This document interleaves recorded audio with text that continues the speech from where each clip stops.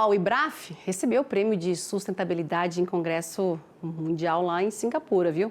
Sobre o tema, né, e essa premiação, eu vou conversar agora com o Marcelo Liders, presidente, então, do IBRAF, que é o Instituto Brasileiro de Feijão e Pulses, que está aqui hoje presencial, né, nos nossos estúdios. A gente sempre conversa, não é, do outro lado da telinha, né? Remotamente. Obrigada. Boa tarde, Marcelo. Prazer em estar aqui. Muito obrigado. Prazer é todo nosso. Fala pra gente, então, o IBRAF, que tem esses anos todos trabalhando, não é, gente, na promoção, inclusão e também podemos falar no protagonismo do feijão nas lavouras do Brasil afora, de norte a sul, de sul a norte, né? Como é que foi esse reconhecimento? Como é que foi receber esse reconhecimento lá fora? Olha, eu posso dizer que foi muito emocionante, né? Porque é um trabalho que é feito com os produtores, com todo o setor, né? Com o apoio de todo o setor e levando o quê? O fruto da pesquisa, né? De Embrapa, do IAC, do IDR, da TAA, e incentivando o produtor, né? Pelas boas práticas que ele tem, da importância da sustentabilidade, da importância da diversificação de variedades. Nós vimos o aumento da diversificação, e isso é importantíssimo para o mundo, porque a sustentabilidade não só da produção do Brasil, mas a sustentabilidade do planeta depende disso, na medida em que o Brasil passa a ser cada vez mais protagonista, né, na exportação de feijões, também do gergelim, que são colheitas especiais. Enfim, foi bastante emocionante e a gente veio aqui para dividir isso com quem faz isso acontecer, que são os produtores que nos acompanham no evento Pulse Day. É exatamente esse evento que teve o reconhecimento e que nós realizamos o ano passado 11 diferentes edições, né, em polos de produção. Esse ano nós já começamos a fazer esse tour pelo Brasil novamente, né, e vamos aos polos de produção levando as informações de mercado, as perspectivas, conectando o produtor e os exportadores ou empacotadores. É uma conexão bem importante, né? Ouvir todos os lados e levando também o conhecimento do nosso produtor.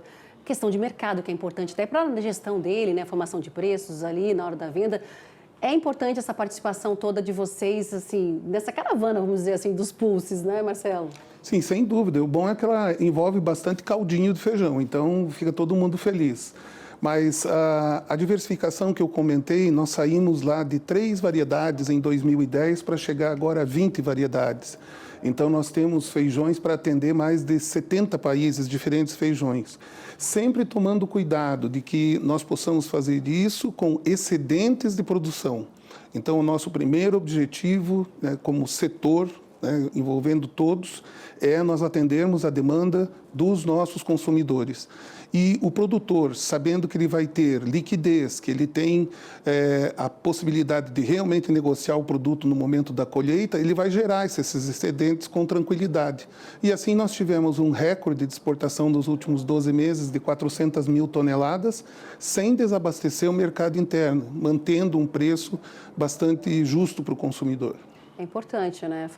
Abastecer primeiro o nosso mercado, o doméstico, que consome muito, né? O feijão. E a gente tem essa balança comercial aí em relação às exportações. Você falou 2010, 3 variedades e já estamos em 20 variedades. É muita coisa e tem muito estudo no meio desse caminho, né? Sim, eu acredito que todos nós, brasileiros, temos muito motivo para ter orgulho disso, né? Porque nós vemos muitas vezes as tecnologias que nos chamam a atenção, né? Digitais, o foguete que dá ré, a inteligência artificial, mas a tecnologia que tem em cada grão que o Brasil exporta também é muito grande, é muita tecnologia. E lembrando, ninguém faz um foguete da ré sem se alimentar 3 vezes por dia, e o Brasil faz parte disso. Nesse caso dos países, né, que também consomem muito feijão brasileiro, nas nossas entrevistas você fala muito, né, da opção desses países, né, pelo feijão verde, o mungo verde, o mungo preto. O mungo preto. Fala pra gente como é que tá esse apetite aí também dos asiáticos? Sim. A China, nós estivemos também nessa mesma viagem, nessa mesma missão que nós tivemos em Singapura, e estivemos também na China. E na China nós tivemos a oportunidade de ouvir das autoridades lá o interesse que eles continuam tendo num acordo com o Brasil.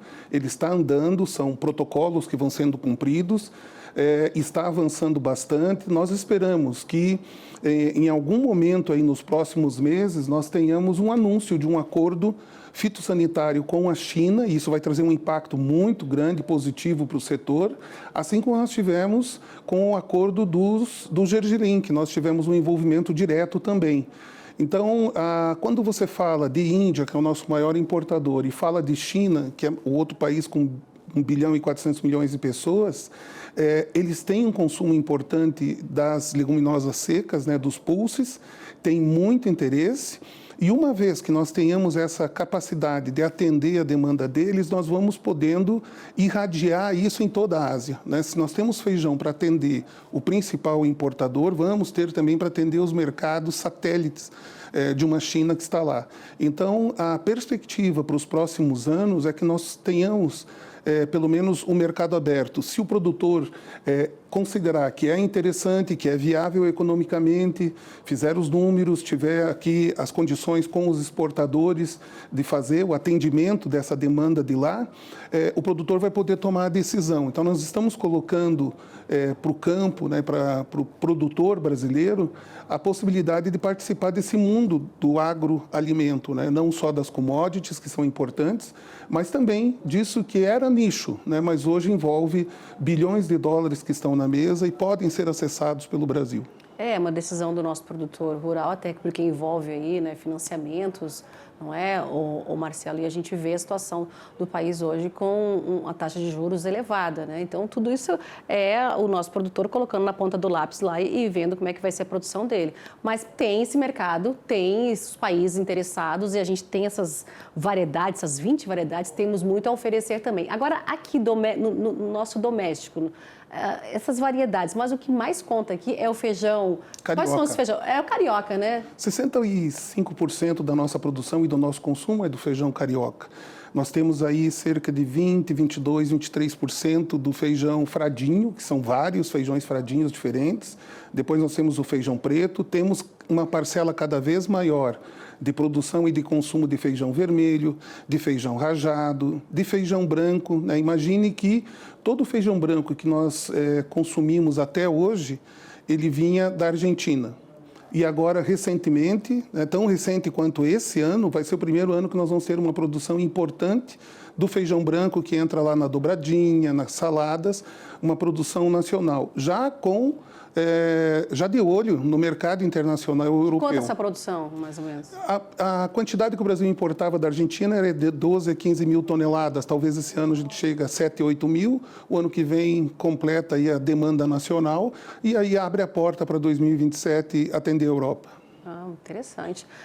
Vamos lá, então, falar novamente aqui, voltar um pouquinho lá nesse prêmio que foi tão importante aí, a gente vê, né, o mundo reconhecendo quando a gente fala na sustentabilidade da nossa produção agrícola, e aqui, nesse caso, o feijão, não é? É importante levar esse tipo de mensagem que veio através de um prêmio, mas é bom sempre mostrar o quão sustentável são os nossos produtos, não é, o Marcelo? Sim, é uma evolução permanente, né? Nós temos surpresas positivas, né, se acumulando. Por exemplo, o uso de produtos biológicos, ela está aumentando vertiginosamente. Um grande desafio que o nosso setor está próximo de ser vencido por uma empresa lá do Paraná, que é a forma de você dessecar a planta sem depender de glufosinato ou de glifosato, né, que tem a sua resistência em vários mercados. Então, isso é sustentabilidade e o produtor, ele é zeloso por isso. Aquela terra que ele tem lá e que ele cuida, né? Ele tem cada vez mais a consciência do que ele vai deixar para os filhos, para os netos, né? Enfim, para as outras gerações. E essa consciência, muitas vezes, é difícil da gente exprimir ela lá fora. Nós temos todo um discurso que é feito fora do Brasil, do contrário. Então, na medida em que recebemos um prêmio como esse, nós estamos reverberando pelo mundo afora, pelo mundo que consome feijão. São mais de 700 empresas que fazem parte dessa instituição da Global Pulse Confederation. Acaba, final, irradiando isso e a gente traz isso, né, e entrega para o produtor. Está aqui, o prêmio é seu, né, dividimos com eles.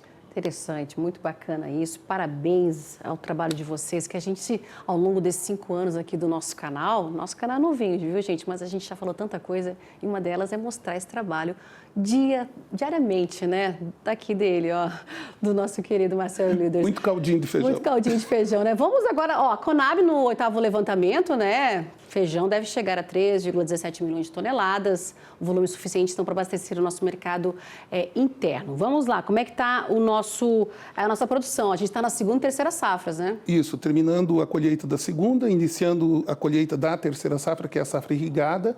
Temos a tranquilidade de abastecimento, né? Então, para o consumidor.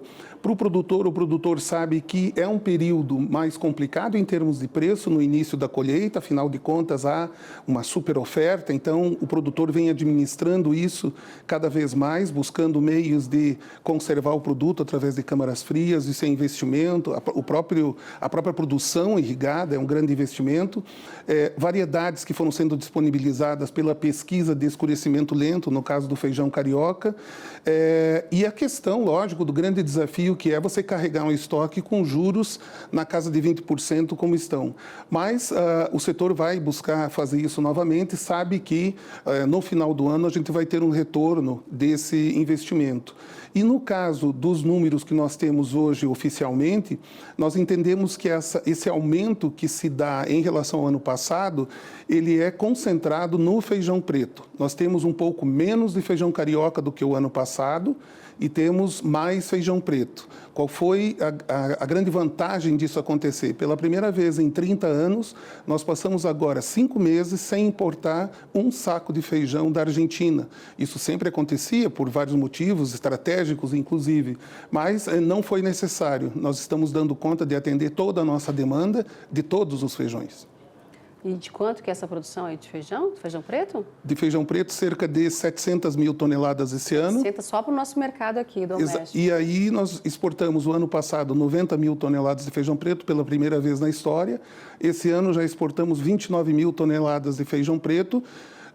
E nós temos ainda excedente para atender a nossa demanda e demanda internacional ainda que nós esperamos que ocorra durante o segundo semestre. Eu particularmente adoro, viu? Se perguntar para mim, eu vou falar, eu prefiro feijão preto, viu? Adoro, nada contra os outros. Tem para todos, tem para quem gosta do vermelho, do preto, do rajado. Total, né? Tem todos. Mas o feijão, a gente vê o feijão vermelho é um pouco mais caro, né? Então, eu não sei, assim, na hora... Hoje, você tem razão. Está um pouco mais caro. Tá. Eu, como dona de casa, eu observo isso. O nosso trabalho é que futuramente nós tenhamos aí uma maior simetria nos preços, porque o feijão vermelho, por exemplo, é caro porque vende pouco e vende pouco porque é caro. Na medida em que nós temos esse mercado internacional, nós podemos produzir mais e, consequentemente, ir atendendo a nossa demanda. Em relação ao preço praticado há 3 anos, hoje o feijão preto e o feijão rajado já estão com um preço mais acessível. Mas a nossa busca é de que ele seja ainda mais acessível para todos. A gente terminar aqui, não posso deixar de saber de você, expectativa para o novo Plano Safra, que chegando aí agora no final do mês, e em relação também a essa medida provisória, né, que aumenta aí os tributos, tira aí a isenção de financiamentos importantes, aí como LCAs e outros títulos, né, de renda fixa que ajudam o nosso agro, né, nosso setor, nosso produtor brasileiro. Como é que você avalia esse momento? Eu acredito que existe aí uma incoerência entre o discurso e a prática, né? Nós precisamos ter os alimentos com incentivos governamentais e eles não ocorrem. Na verdade, eles vêm diminuindo. Então, o próprio mercado vai buscando cada vez mais alternativas. E essas alternativas custam. Então, infelizmente, tudo isso que acontece e que a gente vê que afeta o agro, na verdade, não é o agro, é o prato do brasileiro que tem afetado o seu preço. Essa fórmula, nós entendemos que, num futuro breve, precisa ser revista. Nós precisamos ter outros mecanismos que deem tranquilidade para o produtor. Afinal de contas, colocar o seu dinheiro na terra e ficar esperando ver se vai dar resultado ou não, é um risco muito grande e está quebrando alguns produtores. Nós estamos muito preocupados com a situação atual. Marcelo Liders, presidente do IBRAF, muito obrigada, viu, Marcelo, por estar aqui com a gente hoje. Mais uma vez, a presença dele ao vivo aqui em Brasília.